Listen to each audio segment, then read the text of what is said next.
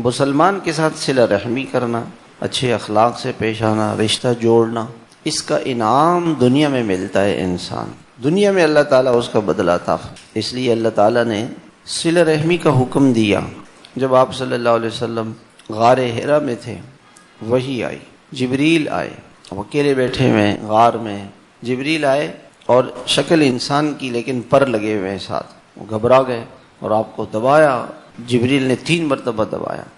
آپ تشریف لائے، بڑے ڈرے ہوئے تھے، اور حضرت خدیجہ سے کہا میری تو جان چلی گئی تھی، میں تو مرنے والا تھا، ایسا انہوں نے مجھے دبا دیا۔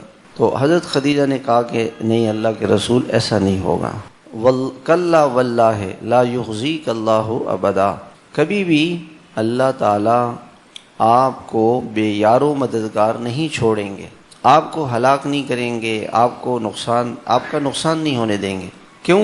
انکا لتصل الرحم، آپ صلہ رحمی کرتے۔